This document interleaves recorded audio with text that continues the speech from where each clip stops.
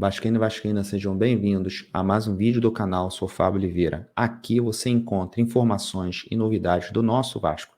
Assista esse vídeo até o final. Você mesmo que chegou aqui hoje, nesse vídeo pela primeira vez, se inscreva logo aqui abaixo. Desse jeito você ajuda o canal, tá? E dá um like nesse vídeo, beleza? Gente, vamos para mais um corte? Mais uma fala medonha dessa entrevista fatídica do Paulo Brax? Vambora, galera, vambora. Cuidado, é para estômago forte, tá? Boa tarde, companheiros. Paulo, eu queria falar com você sobre o tema contratações feitas e a fazer. Eu queria que você explicasse como é que é feita a análise para a contratação de um jogador e por que eu pergunto isso. Como é que é a Porque análise? você cita 8 jogadores contratados e você Pescocão. faz uma ressalva de um atleta que tem pouca minutagem, que é o Orediano. É um jogador muito pedido pelo torcedor do Vasco e que sábado em Fortaleza aqueceu aos 45 do segundo tempo. Dando uma nítida impressão, e aí a impressão do torcedor e muitos da imprensa, e me incluo, de que parece que o Maurício Barbieri não gosta ou não conta ou não avalizou essa contratação. Por isso que eu gostaria de entender. O treinador participa de todas as contratações, os processos, todos os atletas que estão aqui passam por ele. E um segundo aspecto para o futuro. O Vasco está no noticiário, até uma notícia dada pelo Pedrosa, com atrasos em relação a clubes de pagamentos, agentes entrando na justiça, brigando por valores que eles têm que receber. E que você, Flá Dias, seu porcaria Flávio Dias, e você falou que era mentira, que estava tudo bem, que estava tudo pago. Era mentira essa informação. Você falou. Vamos continuar. Semana passada, o Luiz Melo esteve aqui e eu fiz uma pergunta a ele em off, você não estava aqui, enfim, foi algo que não foi para o ar, mas eu registrei. Eu perguntei a ele se havia já uma previsão de orçamento para a janela, e ele me respondeu, para quê, se a janela vem daqui a 30, 40 dias? Então eu te pergunto, você tem dificuldade quando não se tem uma previsão de orçamento para contratar daqui a um mês, e essas notícias de Vasco complicado no mercado, te atrapalham também para futuras contratações? Obrigado. Vamos lá, Flávio. Análise das contratações e o processo de contratação. Você citou o Pedrosa, ele me fez essa pergunta lá em São Januário, sobre o processo de contratação. E eu volto a dizer sobre esse processo de contratação. É bom a gente voltar a falar nisso. O primeiro ponto é a gente identificar a necessidade. Necessidade era trazer a quinta opção do Náutico? De posição. Então, a gente identificou no início do ano, sem muito trabalho em relação a isso, que a gente não tinha, por exemplo, lateral direito apto para jogar uma Série A. Com Gabriel Dias machucado, Leonardo Matos aposentou, e a gente tinha ainda um jogador em projeção, que era o Paulinho, que é um dos futuros do Vasco, para o final do ano estar mais apto para esse elenco do Vasco. Então, a partir do momento que há essa lacuna, há essa brecha, há essa necessidade, a gente busca o jogador dentro do perfil que a gente quer. E aí, dentro do perfil que a gente quer, tem duas variáveis, uma variável técnica e uma variável... O perfil que vocês querem é um perfil estilo Matheus Cocão? É isso? É esse o perfil da 777? Desse tipo de contratação? Vou falar nossos amigos nordestinos. Perfil porreta, hein? Porreta de porcaria, isso sim. Vamos continuar. Variável de projeto. A variável técnica, a gente precisa entregar um atleta que vai ser útil dentro de um modelo de jogo que a gente desenhou e que a gente já sabe como vai jogar, o que é diferente de estratégia. Mas esse jogador dentro desse perfil, a gente vai buscar. Então, se o treinador gosta de usar um lateral que ataca mais do que defende, a gente precisa de um jogador velocista, um jogador de último terço, um jogador que tem números de assistência e de gols superiores a desarmes, a bloqueios, a retorno, a perda a recuperação pós-perda. E o contrário, se a gente tem um jogador que vai ser utilizado mais na defesa, se busca esse atleta dentro do mercado. E o outro viés é o viés do projeto. É um jogador que ele vai ser contratado para ser titular e entregar desportivamente, ou é um jogador que vai ser contratado para ativo, para ser revendido, para ser um futuro do clube, para ser um atleta que vai potencializar. Beleza. O jogador é contratado, joga, vai ser vendido, vai, é normal acontecer. O clube vive de contratar, de venda de jogador e compra de jogador. Beleza. Mas não tem que ser baseado só nisso. Eu vou contratar aquele carinha ali, eu vou contratar o fulaninho, porque depois eu vendo ele. A prioridade não tem que ser essa. A prioridade tem que ser o Vasco da Gama. O futebol do Vasco da Gama. Ele tem que ser contratado pelo menos para ser usado em campo.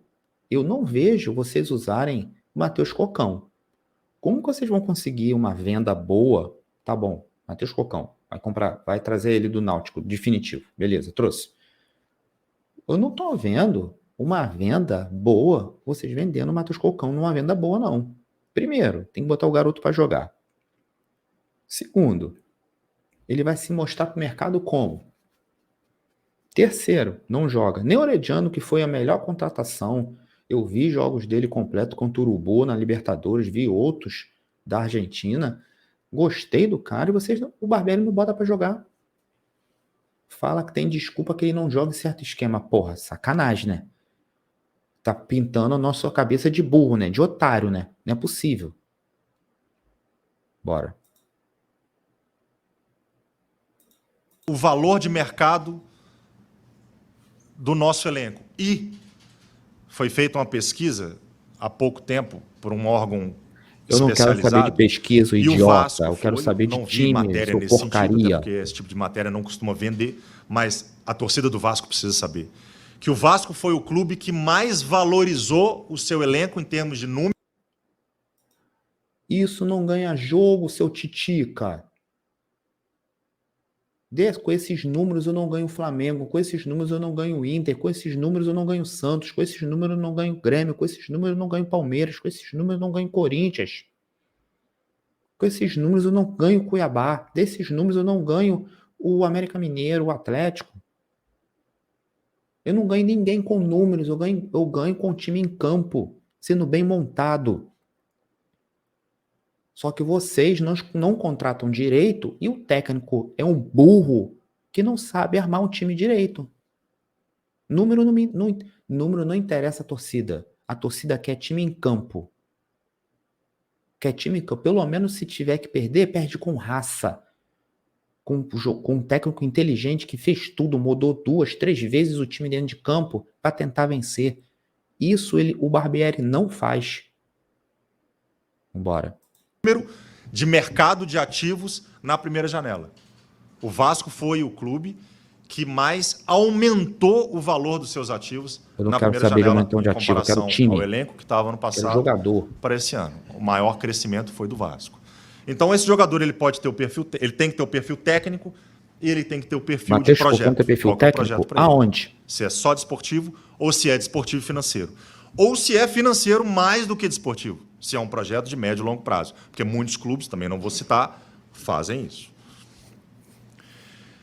A partir do momento que esse nome ele é encontrado pelo nosso setor de análise, pela análise de mercado do Vasco, que a sala é conjugada com a minha, análise de mercado processo de merda, deste né? que eu participo ativamente, e esse nome é chancelado por nós, que ele precisa ser chancelado por nós, ele vai para 2 aprovações, que eu preciso ter 2 aprovações nele. Uma aprovação é técnica, da comissão técnica, do treinador, do diretor técnico. Eu coloco eles na mesa, sim, porque é a forma que eu entendo que se faz um futebol com mais assertividade, é você ter o braço técnico na mesa, e ele tem a aprovação da 777.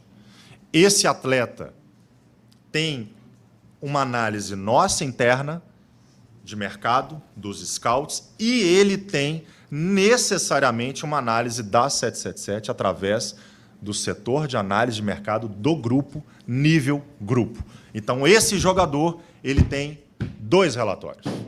Ele sempre tem 2 relatórios. Relatório e ele tem a aprovação de todo esse trio. O que a gente faz com esse cara, galera? Alguns jogadores foram... O que a gente faz com ele? Aprovados internamente, por mim, pelo meu time de análise, mas que foram reprovados. Time de análise de merda. Time de análise daquele que a gente faz no vaso da nossa casa todo dia da descarga. Esse time de análise trouxe Matheus Cocão, trouxe outros. Eu tô falando de Matheus Cocão porque não desce na minha goela você ter trazido a 5ª opção do Náutico. Não desce. Não desce. Nada contra o Matheus Cocão, tá, mano? Nada. Matheus Carvalho, nada contra ele.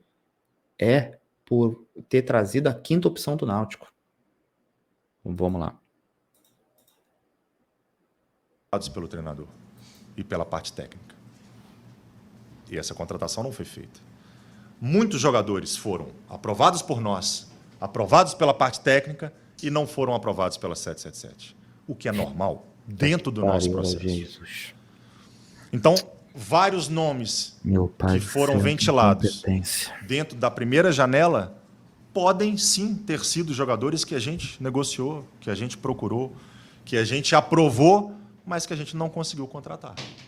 Então tinha jogadores que poderiam ter vindo e não vieram? Sim, por vários fatores. Por recusa ou por reprovação de algum desses 2 setores e, obviamente, dentro de uma pasta orçamentária. Porque eu disse isso aqui quando eu cheguei na minha outra coletiva e volto a dizer, eu não vou fazer movimento que vá causar dívida e onerar, e vai onerar ainda a dívida que o Vasco tem dentro do mercado de contratação. Eu não vou dar passo maior que a perna. Eu só vou fazer movimento como responsável pela pasta de contratação do Vasco se eu tiver condição financeira de fazer. Então, não faz. Melhor não fazer. É melhor você nem começar. Dessa entrevista, você não começa a fazer nada, não. Porque não tem dinheiro. Que situação financeira é essa? Que pede 2 empréstimos, deve jogador, salário de jogador, empresário de jogador, deve parcela do Andrei, 2 parcelas do Andrei, deve outras coisas. Como que você vai querer contratar um jogador? Você não tem... A Vasco SAF não tem saúde financeira para nada. Não tem saúde financeira. Cadê aqueles 777 tem dinheiro para baralho que gritou na lagoa para pegar esse cara aí e indagar ele? Cadê o dinheiro? A fala do doutor Eurico é aquela mais que passa mais o que o vascaíno quer saber. Cadê esse dinheiro? Essa é a fala que todo mundo, todo vascaíno quer saber. Vamos continuar, gente. Se eu não tiver condição financeira de fazer, eu não vou fazer. Não vai fazer, melhor nem fazer. Isso já foi feito no Vasco durante anos.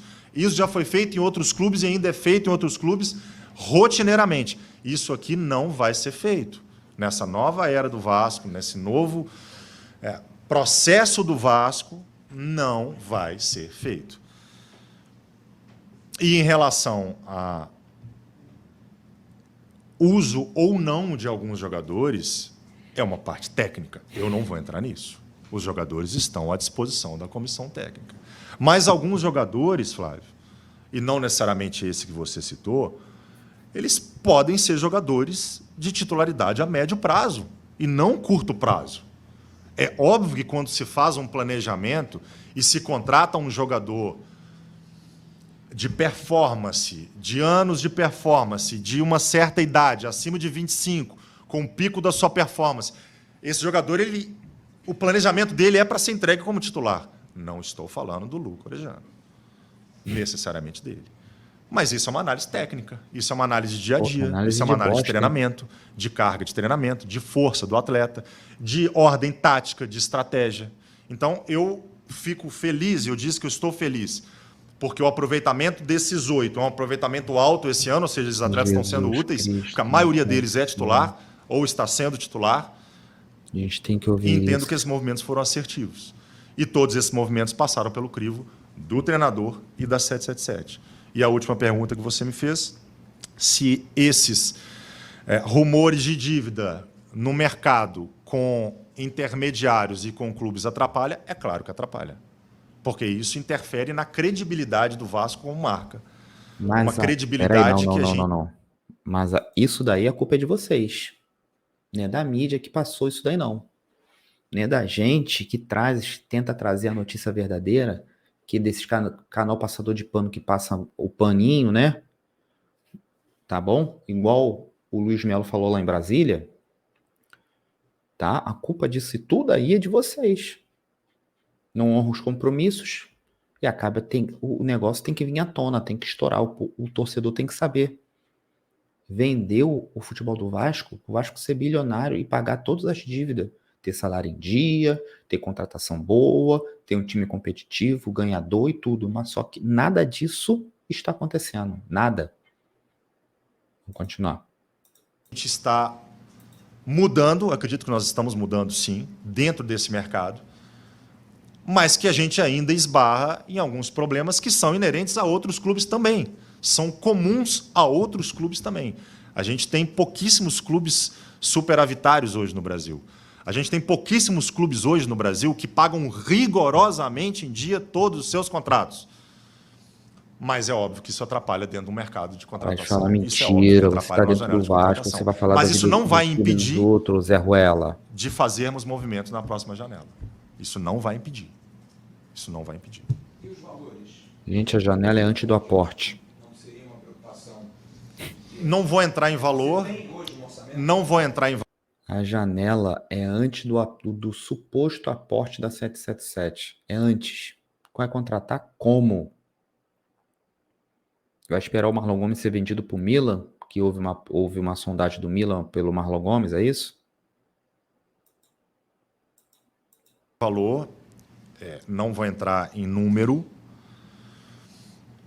O que foi feito na primeira janela foi deixado uma pequena parte para a segunda, ou seja, não foi exaurido 100% do valor do orçamento na primeira janela, mas que é um valor insuficiente para fazer grandes movimentos. E os movimentos já começaram. Óbvio que já começaram. Eu não posso começar movimento daqui a 20, 30 dias. Eu não posso começar movimento dia 3 de julho. É óbvio que os movimentos já começaram. E eu até peço desculpa para vocês, porque vocês me perguntam sobre nomes e eu não posso responder nesse momento, porque o momento não é de contratação. O momento é de resgate da nossa performance e de resultados melhores dentro de campo. E eu não vou fazer cortina de fumaça para torcedor. Eu não vou fazer cortina de fumaça para o torcedor do Vasco. Eu não vou fazer isso. Eu não vou fazer isso. Eu não vou dizer que nós estamos buscando o jogador A, B, C ou D para o torcedor ficar na expectativa. Então, dá um esporro nesses aí, que tá aí fazendo as perguntas para você, dá um esporro nesses filhos da mãe, que esses aí todinho faz isso.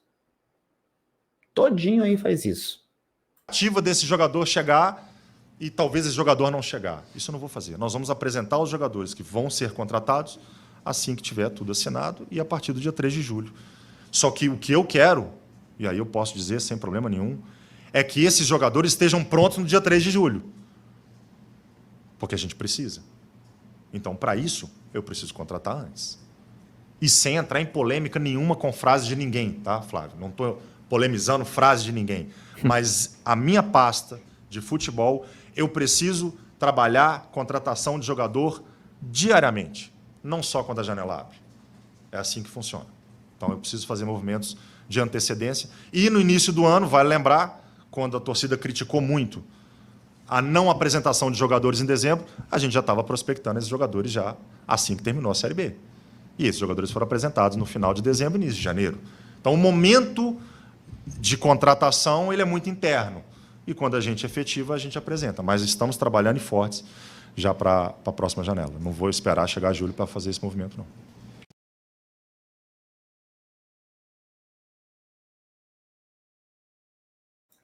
Foi mal, vamos lá. Não vai esperar chegar a julho para fazer esse movimento, é isso? Mas a gente tem que saber, vamos lá, a janela abre, se eu não estou enganado, dia 3 de junho, né? O aporte financeiro, o tal suposto aporte da 777 para esse ano é em setembro. Vai contratar como? Diz aí, com o tal resquício que você falou que ainda tem ou com a venda de ativo? E aí, como é que fica? A 777 não está botando dinheiro novo. Está sendo tudo por causa dos ativos que veio do CRVG para a SAF. E aí, como é que fica?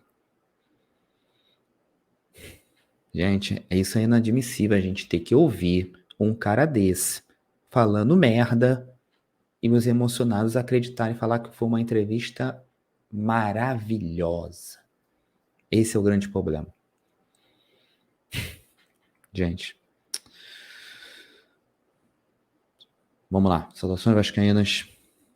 Se cuidem e fui.